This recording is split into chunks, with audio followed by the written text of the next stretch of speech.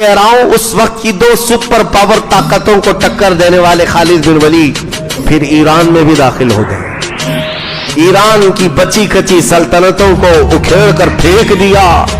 ایران میں پرچم اسلام لہرانے لگا.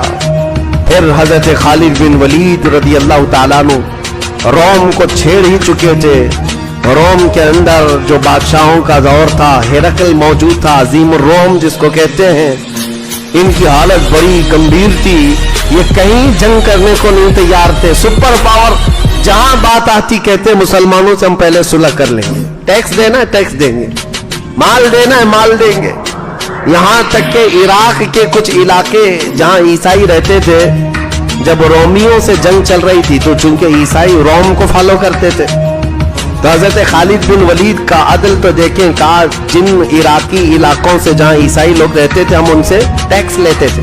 ٹیکس کیوں لیا جاتا تھا؟ جس کو جزیہ کہتے ہیں. جزیہ غیر مسلموں سے اس لیے لیا جاتا تھا کہ ہم تمہاری جان و مال کی حفاظت کریں گے. جان و مال کی حفاظت کے ہم ذمہ دار ہیں.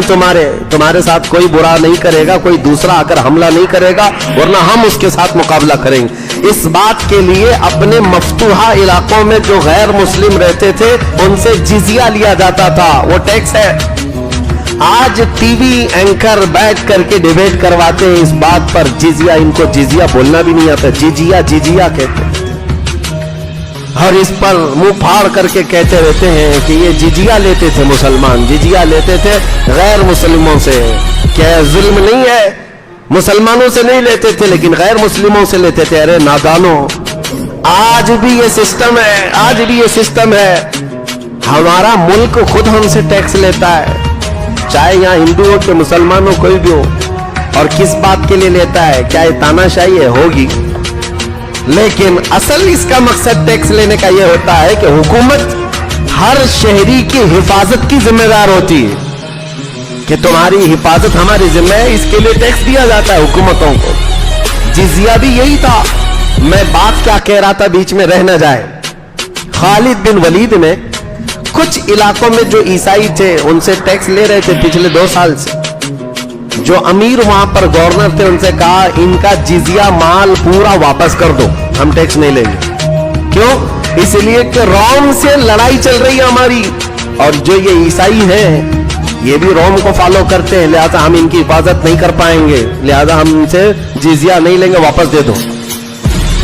جیسے ہی ان صحابہ نے جزیہ واپس دینا شروع کیا، عراق کے کچھ علاقوں میں جو عیسائی رہتے تھے، روایت میں موجود ہے سارے کے سارے عیسائی رو رو کر کے دعائیں کرتے تھے کہ مسلمانوں کی حکومت پھر سے آ جائے، مسلمانوں کی حکومت آ جائے، روم مغلوب ہو جائے. کیونکہ یہ ہمارے جان و مال کی جس طرح حفاظت کرتے ہیں، ہمیں دوسروں سے ڈر لگتا ہے، دوسرا کوئی بھی درندہ آئے گا ہمیں لوٹ لے گا. روایتوں میں موجود ہے وہ عیسائی، وہ روم کو فالو کرنے والے مال لے لے کر کے قطاروں میں کھڑے ہوتے اور کہتے ہم سے جزیہ لے لو تاکہ ہماری حفاظت کا ذمہ ہو جائے. لیکن صحابہ کا یہ عدل تھا کہ ہم جس بات کی حفاظت کے ذمہ دار ہوتے ہیں بس اسی سے لیتے ہیں، اور جہاں نہیں ہوگا اس سے 1 روپیہ بھی نہیں لیا جائے گا.